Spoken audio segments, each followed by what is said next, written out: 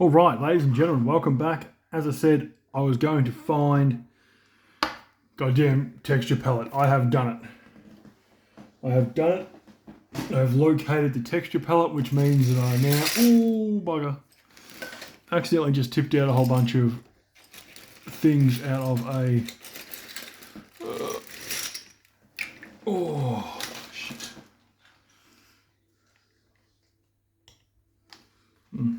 Just what you want. Out of a packet of stuff, which means I have bits and pieces all over the wazoo where it's not supposed to be. Yippee-ki-yay, fun times, bits of base and stuff. Oh, bases, I should say. Hopefully I have enough bases, which I've just located for all of the drones I just randomly located unintentionally somehow. Wow, anyway, dry brush time. I'm going to go with, I've got a couple of different dry brushes here, but I'll get a big and a little, because I want both. Obviously, the bigger for the bigger piece. I'm going to try and get some of this. I don't know why I'm trying to use that brush for it. It doesn't work the way I want it to. I need to use a dry brush, so we'll get the little one out. We'll get some, I should say that should be enough. As I said, we're just going to go nuts all over this. Really try and hit all those highlights, get across the top there, get on the back. And as you should be able to see, it should have pulled up a little bit of colour there. Get some more on there, because I don't really know if I got, that's probably better. Got it as bright as I wanted it, so we'll go attempt number 2. And hopefully everyone knows the process of dry brushing. You just go bananas. The aim is to get all of the raised edges with some sort of highlight on them. I'm possibly not getting enough on this brush and possibly getting rid of it too quickly, because it feels like it is coming off at a rate of knots and I'm not getting the purchase that I'm after maybe. But I also know that, actually no, it's definitely working. You can see the change in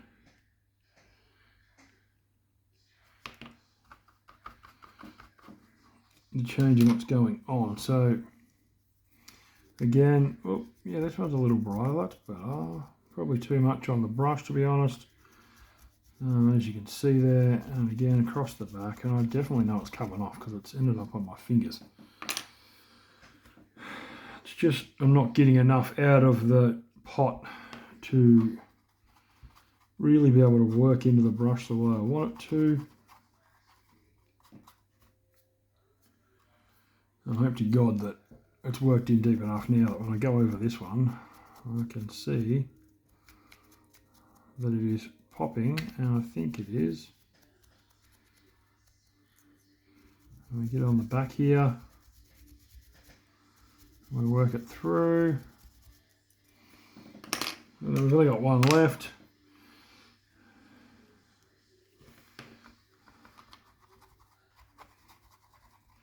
And we get that on there, and we just do a test. Yeah, it's in there nice and deep.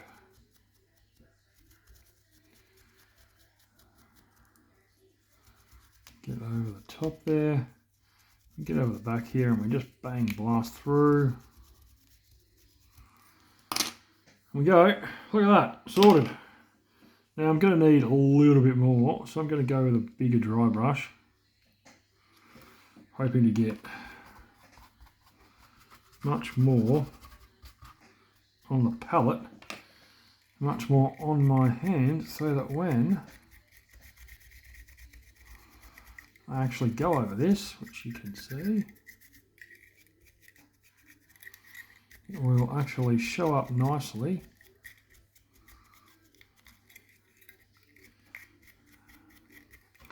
Hopefully we'll get some more off this palette, rub it in.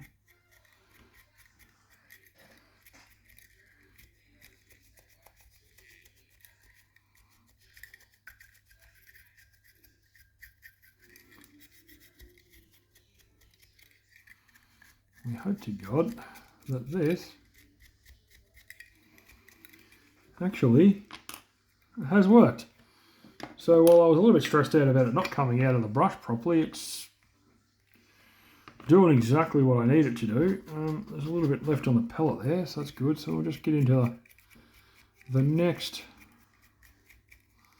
model, and again we're just going to go back and forth pretty aggressively, looking to get as much as we can. Raised highlighted edges, it'll pick itself up. If I need to, there's some more on the brush here I can continue just to really get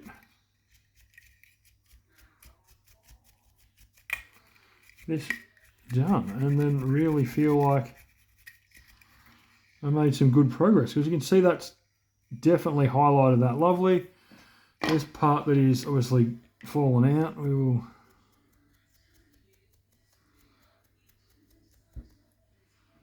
might need a little bit more off the dry pellet, wet pellet, texture pellet I should say.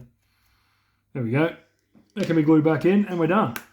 Well, not quite done. We've got 2 bits left. Silly me. Right, let's give these a good attacking of with the dry brush. One, and we'll just make sure we've got enough to work with, and do the same thing, 100 mile an hour. 2. Now we are good with our dry brush. We have dry brushed our silver like we needed to, and then we're going to try and get the rest of it out of the goddamn dry brush so it doesn't stay in there for too long. But, as I said, that was the plan on getting that done ASAP. Quick as a whip. Allows me to really then look at what is next in terms of getting some other things done. I've got, which I lost before, I've got a Rune Lord brass. We got some brass. Let's get a little bit of brass, a little bit zany, some brass on some of these items. That's lovely. Let's go with where we've got some bullet holes. We'll just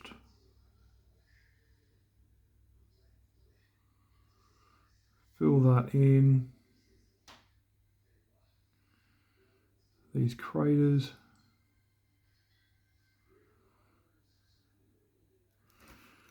Something different, just to break up the surface colour slightly.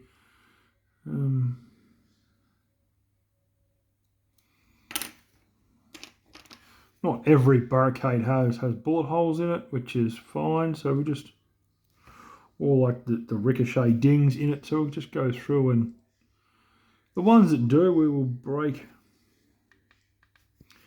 up the. Also, we're just breaking up the colour on the surface with something different. The plan is to try and just not go too crazy. Get a little bit of colour in these spots.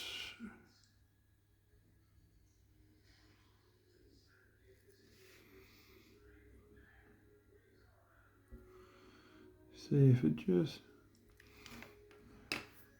just to break up the colour a little bit, because as I said, like 3 of these have got dings, as you can see. 3 don't, 2 don't, 4 do. So it just breaks the colour up on the surface a little bit. Gives us a little bit of something else to add to the colour. Kind of just make them look a little different so they just don't blend in too crazily. On the go. And then once these are all also this is dry, I said I've got some rust. I've got a little bit of which I'm going to need the little dropper bottle-y thing of rust. I'll be able to rust up some of the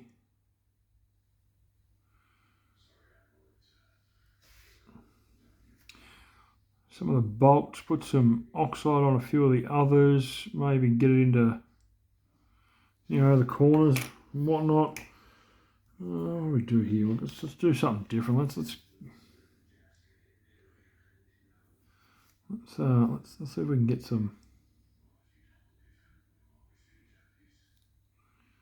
bronze kind of like on the rim here of this. Just trying to give it something to break the tension of the colour. Like I know that I've painted it, primed it in a very dark, kind of like titanium silver, which is the point. And then, you know, no one oiled it and then dry brushed it in obviously a lighter silver, but just to break up the surface tension a little bit, change the colour slightly to make it feel a little bit different. Just going to rotate around and we're just going to paint some bronze on this wheel housing of that hatch. I actually wouldn't mind doing this as well, to be honest. I don't know why I didn't do that while I was thinking about it. What we'll do is we might actually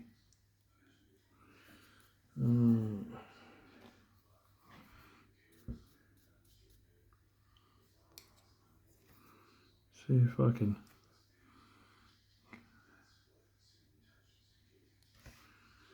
cover the whole thing here without making a massive mess like I just did. But I was able to dry brush away a fair chunk of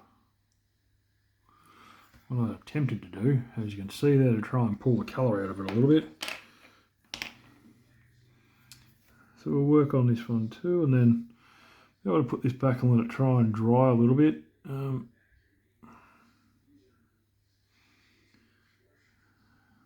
just going to try and follow the same process and just pull a little bit off with the dry brush and then go back and really focus on getting that lip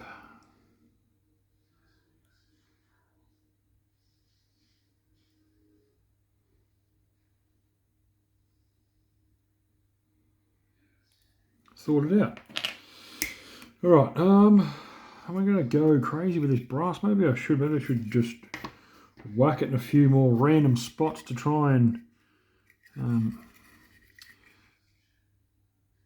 break down the colour on this, just to help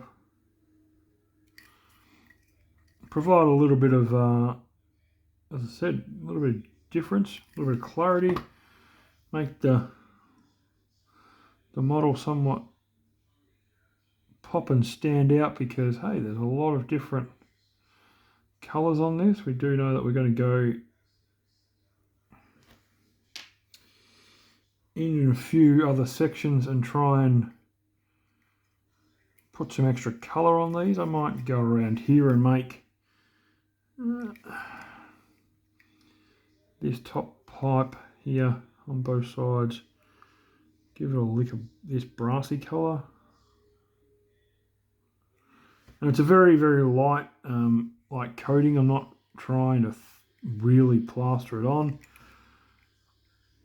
because I want it to kind of like show through the layer below it, the highlighting, the known oil, the shading that I've done, just to change, really change the look and make it pop is the point of this, because we get this sorted out and we get a really light thin coat, and as you can see, I'm pretty happy with the way that it's actually appearing on the actual piece of terrain. So, and that's the thing, you don't have to go too hectic with a lot of, whoops, there's probably too much on that section now, but we'll just try and smooth it out a little bit and just blend it around a touch. We're cool with that. We don't have to go bananas and do a whole lot of stuff. You know, we're just making the model itself just change its, break up its colour on the surface, which, we're not really, as I keep saying, going to go too, I don't want to go too crazy, because then it becomes time consuming. You start doing too much, worrying about too many little things. The age-old saying with a little bit of Warhammer painting is enough is too much. Too little is never too much. But too much is always way too much. So just being able to just keep myself reined in on how much I really want to paint this terrain per se, just how much I'm going to spend, how much effort, time, colour. Like, I'm trying some pretty random things at the moment. I'm priming metallic, known all dry brushing metallic is probably not overly crazy, and then obviously I'm painting with another metallic on metallic. But in general, for me, painting terrain, like, I don't know what colour I want to paint it. I decided that I would get I had it's like a titanium kind of coloured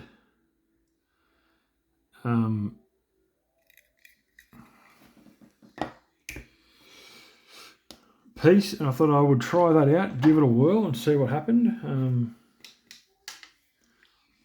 As you can see, I'm going to need to go and get there it is, this bad boy. I'm going to give this a white shake. I'm going to need it anyway for a few other bits and pieces, but let's get a little, oh, way too much.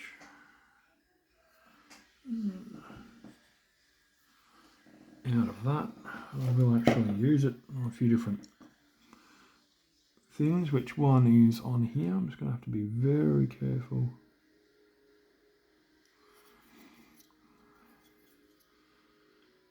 I don't want to go too crazy with this white, like get it too far around the piece that I'm painting, because it's so stark that as soon as it's down, it's very, very bright, and I don't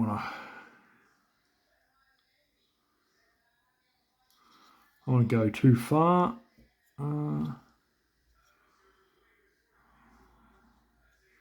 Done for the time being there. I'm going to go back into these particular pieces, and we'll go into a few of these sections here. I've got this silver.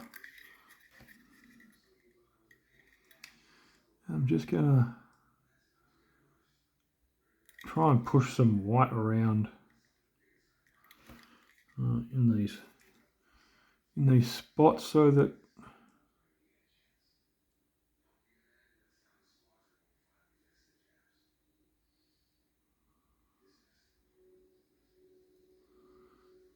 there's a little bit of something in there to try and, that's a lot more white than I anticipated, try and do something with to make the colour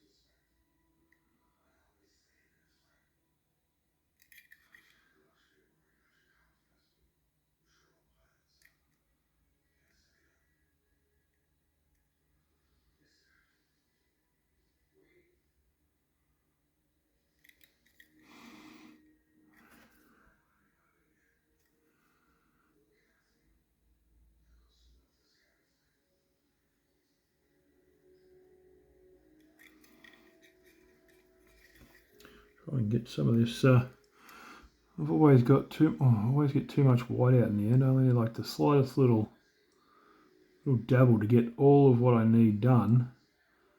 And it's so friggin' white and potent that, like, again, I'm gonna have to pull the dry brush in, hopefully to get some of that off.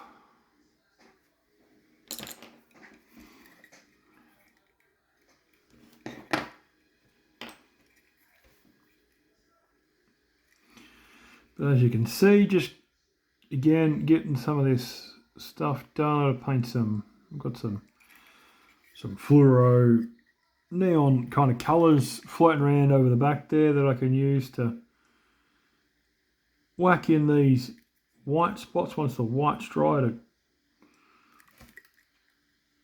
also add more colour to the cylinders.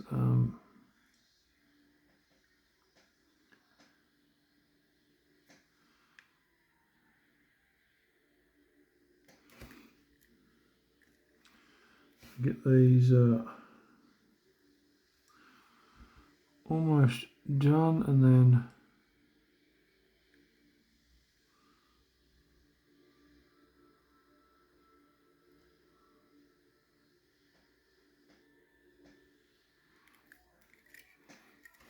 spin it over.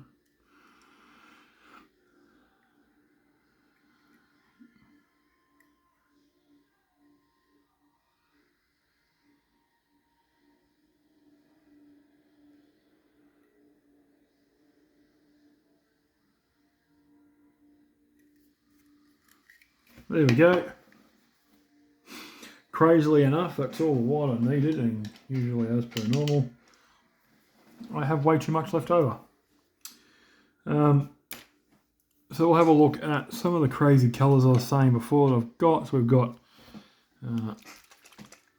stuff like this, the Hexwraith Flame. We can use that. We've got an orange here, we can always whack that on there. The Magmaroth Flame. We've got a yellow. Oops. We've always got yellow. We've got Imperial Fist yellow. We can use that. We've got a few screens to paint on, so we can do what we need to do. I guess for now we can get into this technical oxide and a little bit of rust. Give this a nice shake. And we'll get that on there. There's the rust. Rust works really well when you're doing this kind of stuff. It is a really good colour. So let's start looking at some of these piped areas. We might run it through a few spots. Get it.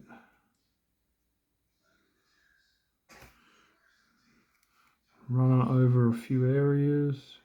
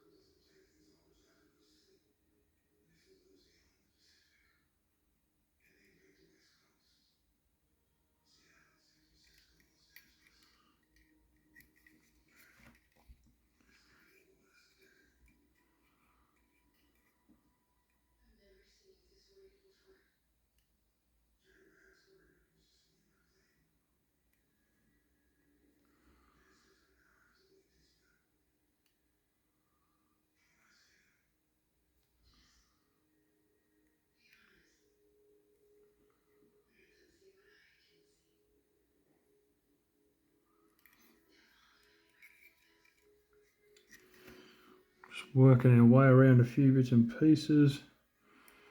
Get some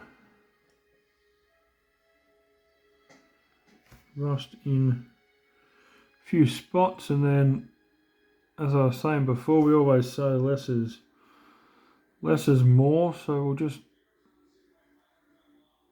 whack some rust on some spots and sit it down and let it dry and see what happens, see what the rust does per se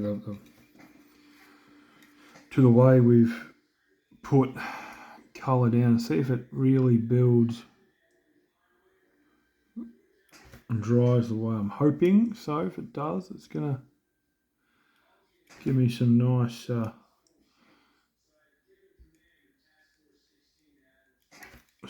interesting colour.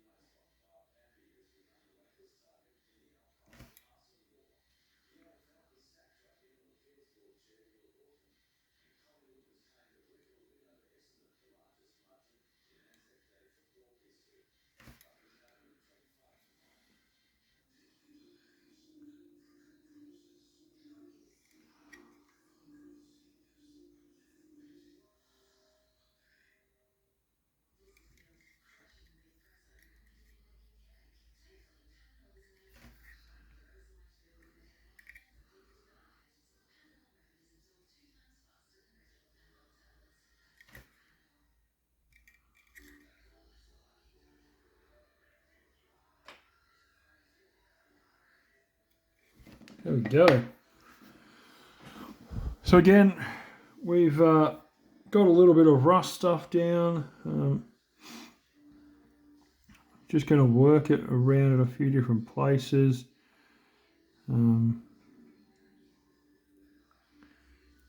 Just to again, we are breaking the mold here per se with the way that I've probably painted terrain in the past like an absolute maniac. Well, not at all, because, you know, who paints terrain? I do, because it was a challenge. That was a challenge to paint 100 miniatures in a particular time period, and I decided that I could do it.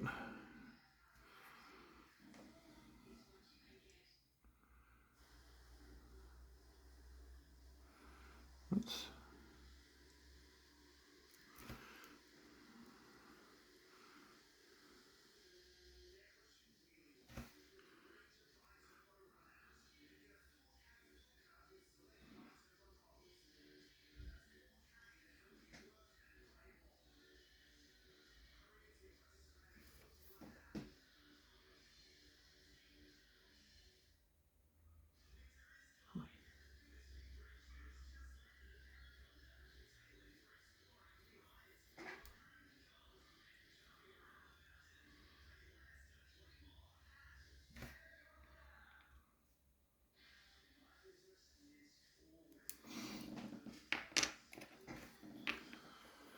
as I was saying, guys, for now that is where I'm going to pull the pin. That's quite a long video. Again, sorry if I didn't talk too much. I'm just going through the process, really trying to make this terrain look as cool as I can get it, something different. Definitely doing what I can. But yeah, as per normal, if you like what I do, leave a comment, like, give me a thumbs up. Tell your friends and your family all about it. And we'll see you next one. Bye for now.